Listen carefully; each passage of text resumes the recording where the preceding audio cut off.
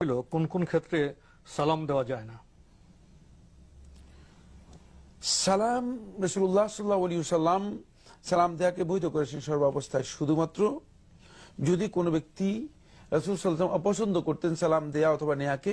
কোনো ব্যক্তি যখন টয়লেটরত অবস্থায় থাকে, যেহেতু এই অবস্থায় রাসূলুল্লাহ সাল্লাল্লাহু আলাইহি ওয়াসাল্লাম সালাম দেয়া বা নেয়াকে অপছন্দ করেছেন, টয়লেটে রয়েছে অথবা টয়লেটরত অবস্থায় রয়েছে, মানে এই অবস্থায় রাসূল সাল্লাল্লাহু আলাইহি ওয়াসাল্লাম অপছন্দ করেছেন।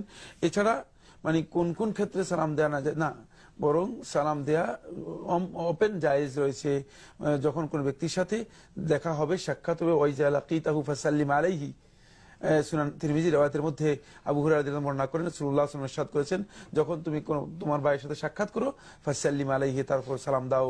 সাক্ষাৎই সালাম দেয়া, এটি হচ্ছে ইসলামের বিধান। আমাদের সমাজে একটি ধারণা এরকম প্রচলিত যে খাওয়ার সময় সালাম দেওয়া বা নেওয়া যায় না। এটি শুদ্ধ বক্তব্য নয়, ভুল। বরং খাওয়ার সময় যদি কথা বলা যায় হয়, সালাম দেয়া না যায় হওয়ার কোনো যৌক্তিক বক্তব্য সহি হতে পারে না। আমরা একটি প্রশ্ন